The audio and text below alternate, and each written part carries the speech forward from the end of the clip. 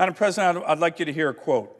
Quote, "You know, if you drive an electric car, this would not be affecting you clearly.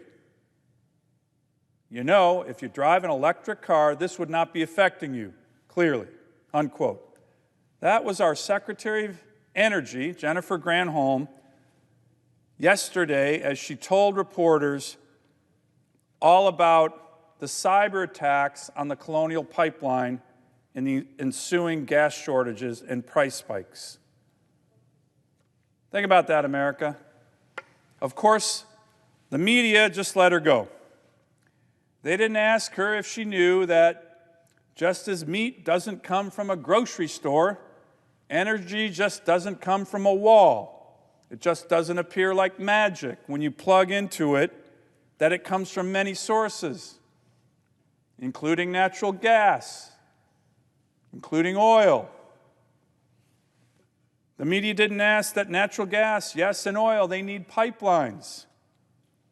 The media didn't ask her if she knew that all energy, including alternative energy, requires transmission lines, lines that are also subject to being attacked, like the Colonial Pipeline. They didn't ask her if she knew that the average electric car average price is more than $55,000. Maybe that's a bargain for her, but for the people who the Biden administration are putting out of work in the energy sector, that's a huge price tag. And the media certainly didn't ask the Secretary of Energy how this cavalier, condescending attitude once again about our energy sector, one of our country's huge strengths, employing hundreds of thousands of hardworking Americans, is received by the average American who is being hurt right now. Madam President, there are so many questions that weren't asked, so many questions aren't being asked about the Colonial Pipeline issue, so many that continue to not being answered by the administration. When it comes to this specific situation and how this administration's energy policies threaten to make this short-term disruption of our energy supplies into a long-term reality across the country. The cyber attack on the Colonial Pipeline is a warning for America, not just from a cyber security standpoint, but from a broader energy perspective standpoint. I participated yesterday in the briefing of U.S. Senators by the Secretaries of Energy, Transportation, and Homeland Security on this cyber attack that is creating disruptions in energy supplies across the country, particularly on the East Coast. And here's the advice I gave these members of the Biden administration.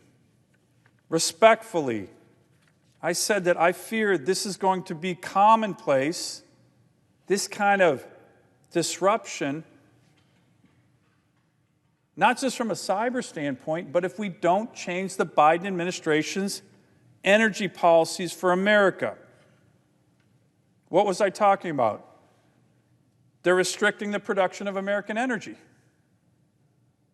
It's one of the great comparative advantages of our country, producing more oil, more natural gas, more renewables than any other country in the world. They're restricting the production of oil and gas.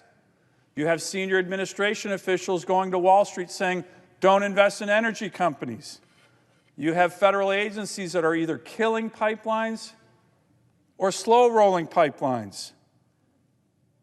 None of this is good for the country. So here's the advice I gave them. Pipelines are good. We need them, as this Colonial Pipeline shutdown certainly demonstrates. Importing more oil from our adversaries like Russia is bad. But by the way, that's what's happening with the Biden policies. So we need a change. We have plenty of oil and gas for Americans. We should produce it, as we do with the highest environmental standards, for the benefit of our own citizens and not restrict it.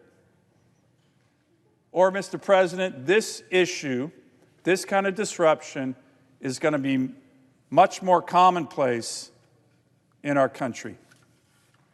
I yield the floor.